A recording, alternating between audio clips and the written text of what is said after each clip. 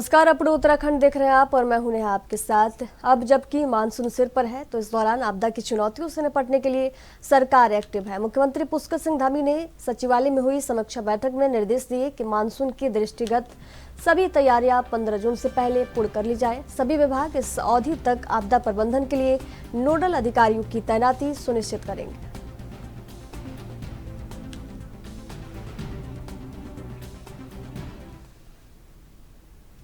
लोकसभा चुनाव में उत्तराखंड से तीसरी बार क्लीन स्वीप में बीजेपी की जीत के बाद से कांग्रेस पार्टी अपनी हार पर चिंतित नजर आ रही है। वहीं कांग्रेस के वरिष्ठ प्रदेश उपाध्यक्ष सूर्यकांत धस्माना ने इशारों में हरीश रावत, यशपाल आर्य और प्रीतम सिंह जैसे कांग्रेस के वरिष्ठ नेताओं को हार की जिम्मेदारी लेते हुए चिंतन करने के लिए कहा है। सूर्यकांत धस्माना का कहना है कि हमारे तमाम बड़े नेता जिन पर संगठन का भार था, उन्हें निश्चित तौर पर देखना होगा कि कमियां कहां रह गई।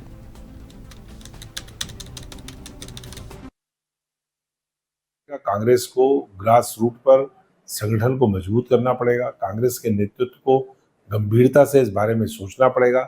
और सबसे बड़ी बात यह है कि हमारे तमाम वो नेता जिनके ऊपर दारोमदार था, जिनके कंधों पर पूरे संगठन का भार था, जो बड़े नेता कहलाते हैं, बड़े नेता अपने आप को कहते हैं इस राज्य के, उन लोगों को निश्चित तौर पे कहीं ना कहीं देखना होगा कि कमी कहाँ रही। और जब बड़े लोग सोचेंगे, बड़े लोग मंथन करेंगे, चिंतन करेंगे, कोई निर्णय लेंगे, तभी नीचे का ग्रास रूट पर अगर वर्कर खड़ा ही नहीं होगा। अगर प्रदेश के अंदर तीसरी बार लगातार हम 5 लोकसभा की सीटें हार रहे हैं, तो जो बड़े नेता हैं, जिनके ऊपर जिम्मेदारियां रही हैं, जो पार्टी के जिम्मेदार रहे हैं, उन लोगों को तो आत्ममंथन करना ही पड़ेगा। कांग्रेस पार्टी ने जनता को गुमराह किया। उन्होंने एक तरफ तो कहा कि भारतीय जनता पार्टी की यदि भारी बहुमत से सरकार बनेगी तो वो संविधान बदल देंगे। दूसरी बात उन्होंने ये कही है कि अनुसूचित जाति का आरक्षण खत्म कर देंगे। तीसरी बात, उन्होंने जनता को गुमराह करने का काम ये किया, फर्जी गारंटी कार्ड उन्होंने भर के दिए कि राहुल गांधी चुनाव के बाद 1 जुलाई से प्रत्येक परिवार की महिला को 8,500 रुपये प्रत्येक महीने उनके खाते में ट्रांसफर करेंगे। प्रत्येक परिवार में से एक व्यक्ति को सरकारी नौकरी पर लगाएंगे। हम पूछना चाहते हैं उनसे कि जिन प्रदेशों में कांग्रेस की सरकार है, उन प्रदेशों में कितने परिवारों की महिलाओं को जो है 8,500 रुपये प्रतिमाह ट्रांसफर कर रहे हैं। जिन राज्यों में कांग्रेस की सरकार है, उन राज्यों में कितने लोगों को उन्होंने प्रत्येक परिवार से सरकारी नौकरी पर लगाया है। और उत्तराखंड की जनता की मैं धन्यवाद देना चाहता हूं, प्रशंसा करना चाहता हूं कि वे कांग्रेस के झांसे में नहीं आए, कांग्रेस के गुमराह करने पर नहीं आए, और उन्होंने राष्ट्रवादी शक्ति को, राष्ट्रीय ताकत को, नरेंद्र मोदी जी को समर्थन दिया और केंद्र में भारतीय जनता पार्टी की सरकार को बनाने। उत्तराखंड से इस बार मोदी कैबिनेट में अल्मोड़ा सांसद अजय टम्टा को जगह मिली है। इससे पहले पिछली सरकार में नैनीताल लोकसभा से सांसद अजय भट्ट को केंद्रीय रक्षा एवं पर्यटन राज्य मंत्री बनाया गया था। हल्द्वानी पहुंचने पर अजय भट्ट से मीडिया ने पूछा कि उन्हें इस बार मंत्री नहीं बनाया गया, तो अजय भट्ट ने बताया कि वे पार्टी के सच्चे सिपाही हैं और सिपाही को जिस भी मोर्चे पर भेजा जाता है उसे करना होता है।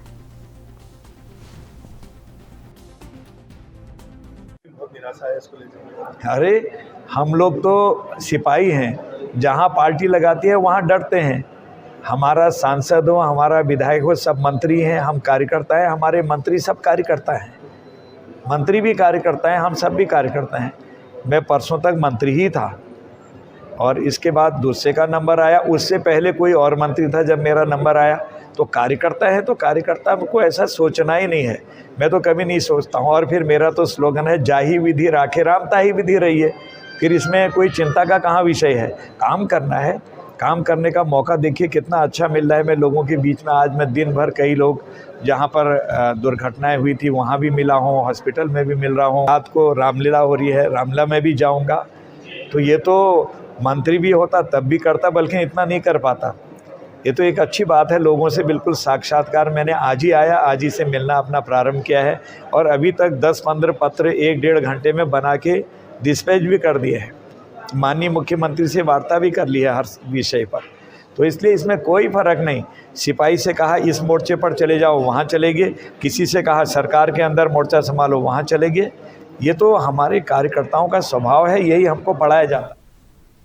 हल्द्वानी में पूर्व केंद्रीय राज्य मंत्री और नैनीताल सांसद अजय भट्ट ने सुशील तिवारी अस्पताल पहुंचकर बैताल घाट में वाहन दुर्घटना में हुए घायल ओखल कांडा में सड़क दुर्घटना के घायलों से मुलाकात कर उनका हालचाल जाना। इस दौरान अस्पताल प्रशासन को प्राथमिकता के आधार पर घायलों का बेहतर उपचार करने का निर्देश दिए गए। मुझे जैसे ही पता लगा कि बेताल घाट में एक्सीडेंट हो गया था और एक ओखल कांडे में भी हुआ था, तो मैं सबको देखने के लिए आया हूं। और ये अच्छी बात है कि सारे पेशेंट जिनसे मैं मिला उन्होंने संतोष व्यक्त किया और हमारे डॉक्टर्स अच्छा इलाज कर रहे हैं, ये सब ने बताया है।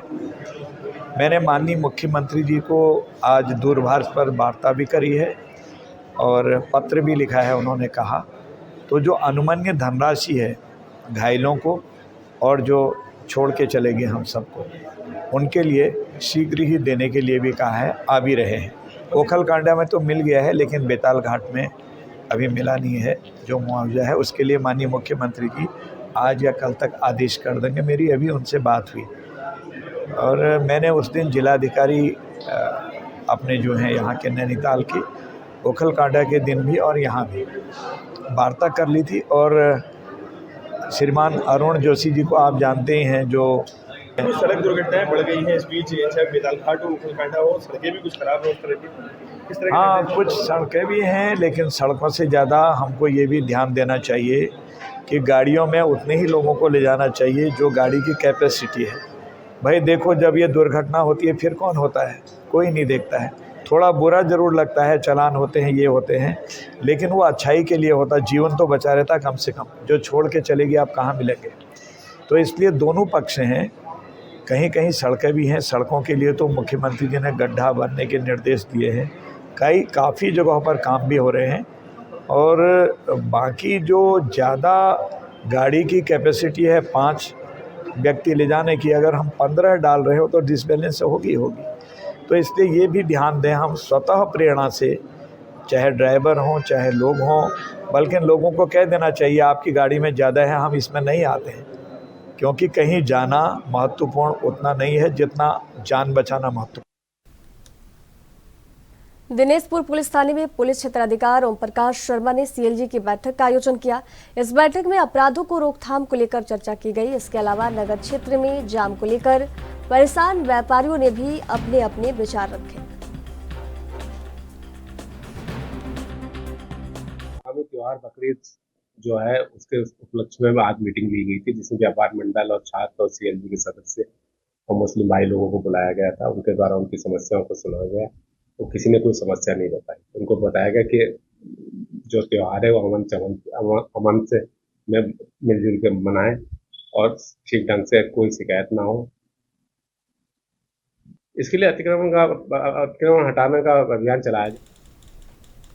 चारधाम यात्रा के बीच यातायात के नियमों का पालन नहीं करने पर मसूरी मार्ग पर ड्रोन के माध्यम से मॉनिटरिंग कर वाहनों के चालान की कार्रवाई की जा रही है। इस बात को लेकर सीओ ट्रैफिक अनुज आर्या ने कहा कि लगातार ड्रोन से मसूरी क्षेत्र में ट्रैफिक की मॉनिटरिंग की जा रही है। साथ ही उन्होंने कहा कि कुछ ही दिन पहले हमने ड्रोन के जरिए नो पार्किंग के चालान भी किए और यातायात के नियमों के उल्लंघन पर प्रभावी कार्रवाई की गई।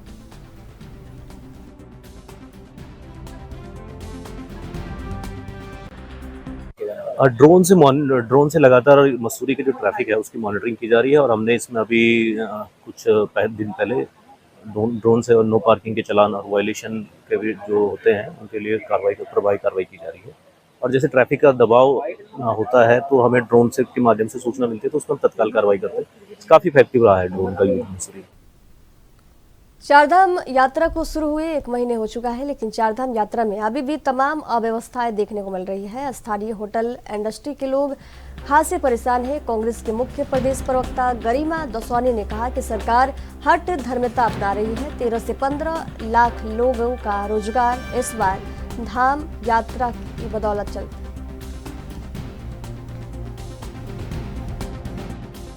देखिए ऐसा लगता है कि बहुत ही हठधर्मी हो चुकी है सरकार, क्योंकि किसी भी मामले को गंभीरता से नहीं लिया जा रहा है। जैसा कि मैंने कहा कि 13 से 15 लाख लोगों का रोज़गार इस चारधाम यात्रा पर निर्भर करता है। साल भर लोग इंतज़ार करते हैं चारधाम यात्रा का, उनके जीविकोपार्जन का एक बहुत बड़ा साधन है ये चारधाम यात्रा। लेकिन इसके साथ जिस तरह की कोताही बरती गई है, चाहे पहले थार वाला जो कंट्रोवर्सी थी वही ख़त्म नहीं हुई, और अब ये होटल इंडस्ट्री के लोग जो हैं वो परेशान नज़र आ रहे हैं। तो सरकार के पास फुर्सत कहाँ है? मुख्यमंत्री प्रदेश में टिकते ही नहीं, जब देखो तब दिल्ली या जब देखो तब स्टार प्रचारक की भूमिका में वो रहते हैं। लेकिन वो ये भूल जाते हैं कि इस प्रदेश ने उनको 47 का बहुमत देकर प्रचंड बहुमत दिया है, 5 सीट उनकी झोली में डाली हैं, तो उनका इस प्रदेश के प्रति भी जिम्मेदारी बनती है। उस जिम्मेदारी का निर्वहन करते हुए वो नज़र नहीं आते और सबसे बड़ा डेंट हमारे टूरिज़्म सेक्टर को पहुंचाने का प्रयास कर रहे हैं। चारधाम यात्रा में अव्यवस्थाओं की बैठक होनी चाहिए और सारे अधिकारियों को बुला। कांग्रेस पार्टी के पूर्व प्रदेश अध्यक्ष CWC मेंबर गणेश गोदियाल ने प्रेस वार्ता करते हुए उत्तराखंड में 5 लोकसभा सीटों पर पार्टी की हार को लेकर अपनी बात रखी। उन्होंने पौड़ी लोकसभा की जनता के प्रति स्नेह जताते हुए कहा कि बहुत कम समय में जिस प्रकार से गढ़वाल लोकसभा के लोगों ने उन्हें अपार स्नेह दिया है, उसके लिए वे पौड़ी की जनता का आभार व्यक्त करते हैं। 405 अगर ये हवा नहीं बनती तो उत्तराखंड में भी क्योंकि दूर दराज के गांव में सिर्फ टीवी देखा जाता है, सोशल मीडिया का प्रभाव कम है, टीवी देखा जाता है, इसलिए लोग इसी फहमी में रहे कि बस बीजेपी 400 पाता है। अगर लोगों को ये हकीकत पता होती तो इसका इस प्रकार के रिजल्ट सामने आए, ये हकीकत पता होती तो यहाँ की मैं प्रमाण के साथ इस बात को कहना चाहता हूँ। हमारी पहुंच, हमारे प्रचार की पहुंच शहरी इलाके करे। मैं श्रीनगर शहर की बात करूँ, मैं पौड़ी शहर की बात करूँ, मैं कोटद्वार शहर की बात करूँ, मैं रामनगर शहर की बात करूँ, मैं भोपेश्वर शहर की बात करूँ, मैं कर्णप्रयाग शहर की बात करूँ, तो जो शहरी इलाके हैं और सेमी अर्बनाइज इलाके हैं वहां पे हम बढ़त नहीं, लेकिन गांव में हम बहुत पीछे। तो इसका मतलब ये है कि वहां तक हमारी बात नहीं, टीवी का असर वहां रहा। टीवी में जो देखा गया वो गांव में रोज दिखता था, और हम सोशल मीडिया के माध्यम से जो अर्बन एरिया में हमारी पकड़ थी वो पकड़ हम गाँव तक नहीं पहुंचा पाए, गाँव तक वो पकड़ हम नहीं बना पाए, और जिसका हमें फायदा है। एक चीज और है, इस बात से ये प्रमाणित होता है, दुनिया बदलती है, बदलने वाला चाहिए। तो ये हमारे नजदीक है और हम कोशिश करेंगे कि इस दुनिया को बदलेंगे, बेहतरीन की दुनिया को लाएंगे। और आपके कोई प्रश्न हो? भारत में हर वर्ष 21 जून को अंतर्राष्ट्रीय योग दिवस मनाया जाता है, जिसको लेकर उत्तराखंड सरकार द्वारा योग दिवस काउंटडाउन कार्यक्रम किए जा रहे हैं। अल्मोड़ा में भी इसका आयोजन किया जा रहा है, जिसमें योग प्रशिक्षक द्वारा लोगों को योग कराया गया।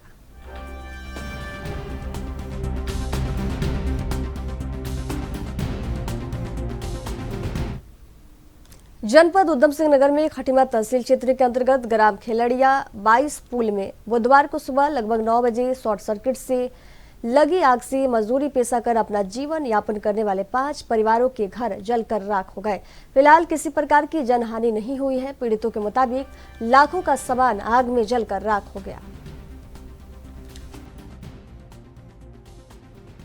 लगभग 8:30-9 बजे करीब आग लगाए शॉर्ट सर्किट से, बिजली जलने से, और उसमें पूरे सारे सामान मेरा जल गया। बेड फिर सब था, साइकिल वगैरह ये सब जल गया। और क्या कहते हैं, पापा नगर लिए 30,000 कमेटी से वो भी जल गया।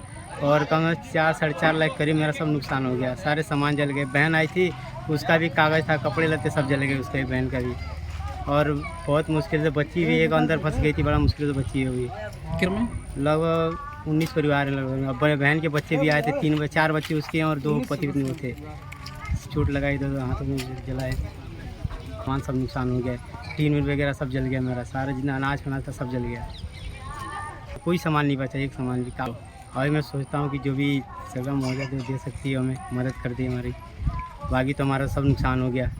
अब ये भी नहीं कि हमारा कोई नौकरी वोकरी की हम सब बना लेंगे, अभी सब मजदूरी करके बनाए हैं सब। ये जो मकान है जिसका वो बता रहा है कि शॉर्ट सर्किट से आग लगी है। मैं सोचता हूँ कि हम तुरंत आए और आग पर पूरी कार्रवाई करिए, अभी बुझा दी गई है। और जिसका प्रत्यक्षदर्शी से बता रहा है कि 4 लाख का नुकसान हुआ है। और अभी सूचना आई है सुबह कि खिलरिया में एक घर में आग लगी, इसमें 5 परिवार रहते हैं। तो उसमें मौके पर राष्ट्रीय टीम पहुँची है, दमकल कर्मी पहुँच गए हैं, आग को बुझा दिया गया है। क्योंकि जानकारी प्राप्त हुई है कि शॉर्ट सर्किट से आग लगी है, तो यूपीसीएल को भी इन्फॉर्म कर दिया गया है, पहुँच गए मौके पर, और बाकी कोई जान माल का खतरा उसमें। प्रदेश में इन दिनों बढ़ती गर्मी की मार झेल रहा है। प्रदेश के अधिकांश जनपदों से 5 से 7 डिग्री सामान्य से अधिकतर तापमान बना हुआ है। मौसम विज्ञान केंद्र ने मौसम के पूर्वानुमान के मुताबिक बताया कि 13 जून तक मौसम में इसी तरह से तापमान बढ़ा हुआ मिलेगा। हालांकि कुछ अधिक ऊंचाई वाले जिले जैसे रुद्रप्रयाग, उत्तरकाशी, चमोली, पिथौरागढ़, बागेश्वर में हल्की वर्षा देखी जा सकती है। वहीं 14 और 15 जून को प्रदेश के मैदानी जिले हरिद्वार, देहरादून, उधम सिंह नगर में हीट वेव जारी रहने की संभावना है।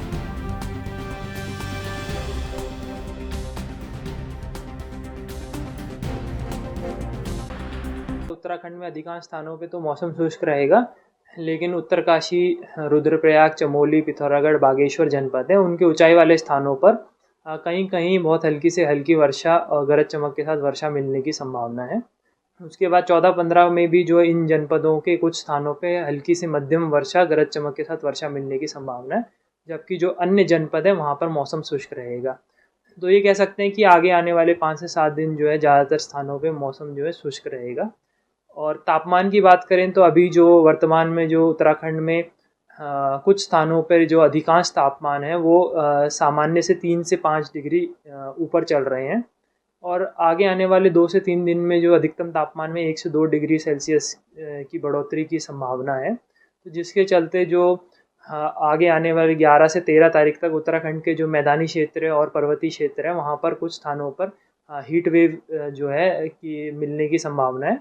उसके बाद 14-15 तारीख को जो है उत्तराखंड के मैदानी क्षेत्र और उनसे लगे जनपद हैं जैसे कि देहरादून, हरिद्वार, पौड़ी, नैनीताल और उधम सिंह नगर जनपद है। ब्रेक के बाद एक बार फिर से स्वागत है आपका। जनपद उधम सिंह नगर की खटीमा में यूपी उत्तराखंड सीमा से लगे पौलीगंज में मुखबिर की सूचना पर वन रेंज अधिकारी महेश चंद्र जोशी के नेतृत्व में वन विभाग की टीम ने मौके पर पहुंचकर घेराबंदी कर किलपुरा रेंज से अवैध तरीके से काट कर लाई जा रही कोकाट से भरी ट्रैक्टर ट्रॉली को पकड़कर कब्जे में ले लिया।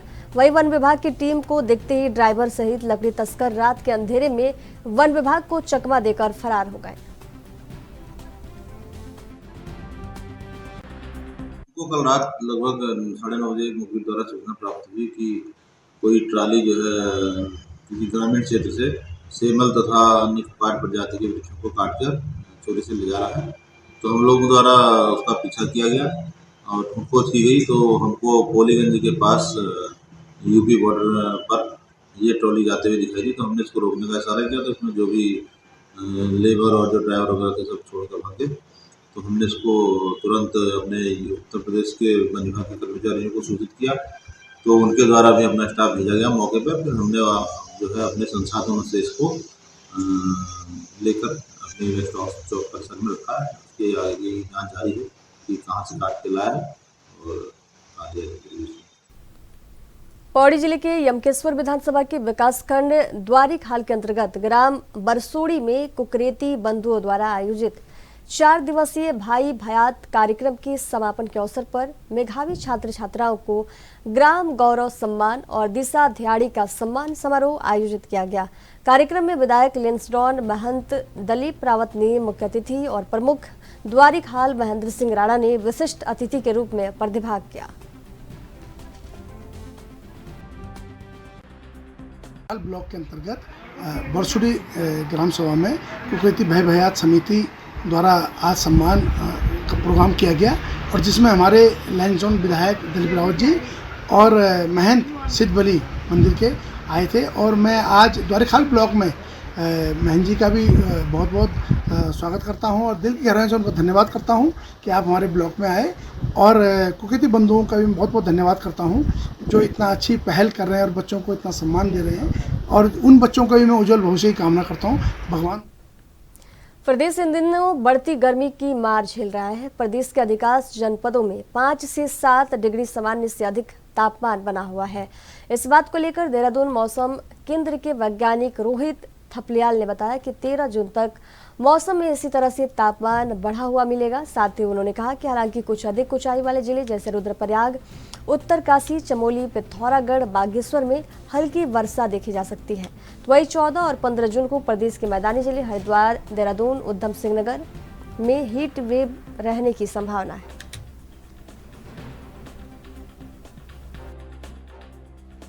तेरह तक जो है उत्तराखंड में अधिकांश स्थानों पे तो मौसम शुष्क रहेगा, लेकिन उत्तरकाशी, रुद्रप्रयाग, चमोली, पिथौरागढ़, बागेश्वर जनपद है उनके ऊंचाई वाले स्थानों पर कहीं कहीं बहुत हल्की से हल्की वर्षा और गरज चमक के साथ वर्षा मिलने की संभावना है। उसके बाद 14-15 में भी जो इन जनपदों के कुछ स्थानों पे हल्की से मध्यम वर्षा, गरज चमक के साथ वर्षा मिलने की संभावना है, जबकि जो अन्य जनपद है वहाँ पर मौसम शुष्क रहेगा। तो ये कह सकते हैं कि आगे आने वाले 5 से 7 दिन जो है ज़्यादातर स्थानों पे मौसम जो है शुष्क रहेगा।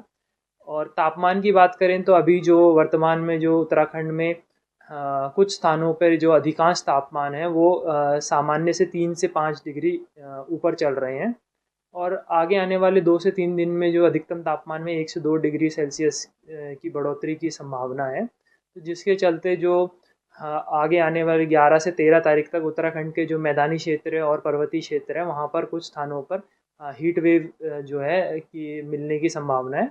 उसके बाद 14-15 तारीख को जो है उत्तराखंड के मैदानी क्षेत्र और उनसे लगे जनपद हैं जैसे कि देहरादून, हरिद्वार, पौड़ी, नैनीताल और उधम सिंह नगर जनपद है, वहाँ पर ही उत्तराखंड के रायवाला पुलिस के हाथ बड़ी कामयाबी लगी है, जहां रायवाला थाना पुलिस ने दुकान से मोबाइल चोरी का खुलासा किया है।